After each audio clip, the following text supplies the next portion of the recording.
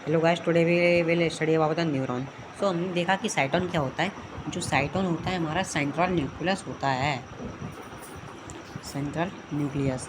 और जो डेंड्राइट होता है वो क्या करता है, कंट्रोल करता है क्या मैसेज को। और जो एक्सॉन होता है वो क्या करता है, कैरी करता है मैसेज को।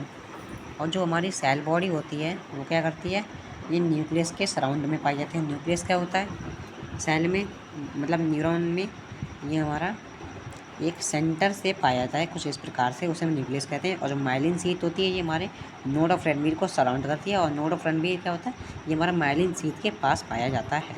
सो आई होप आप न्यूरॉन के कुछ इस स्ट्रक्चर को समझ पाए होंगे। अब देखिए न्यूरॉन क्या होता है। अब मैं आपके न्यूरॉन के बारे में एक खास बात बताता हूँ। जो न्यूरॉन होता है कभी भी डिवाइड नहीं कर सकता है, क्योंकि इसके पास क्या होता है, लेक ऑफ सेंट्रल। अब देखिए सेंट्रल क्या होता है, जब भी रिप्रोडक्शन होता है तो सेंट्रल का होना ज़रूरी होता है। अगर सेंट्रल नहीं है तो सेल डिवीज़न नहीं हो पाएगा, सेल डिवीज़न नहीं हो पाता है। तो इसके पास सेंट्रल नहीं है, इसलिए जो न्यूरॉन होता है हमारा डिवाइड नहीं कर पाता है कभी भी जीवन में। जितने हमारे पास न्यूरॉन है हमारे डेथ तक उतने ही न्यूरॉन पाए जाएंगे। अब देखिए distance between axon and dendrite, उसे हम क्या कहते हैं, साइनेप्स कहते हैं। तो आपको ये साइनेप्स, ये बात पता होनी चाहिए।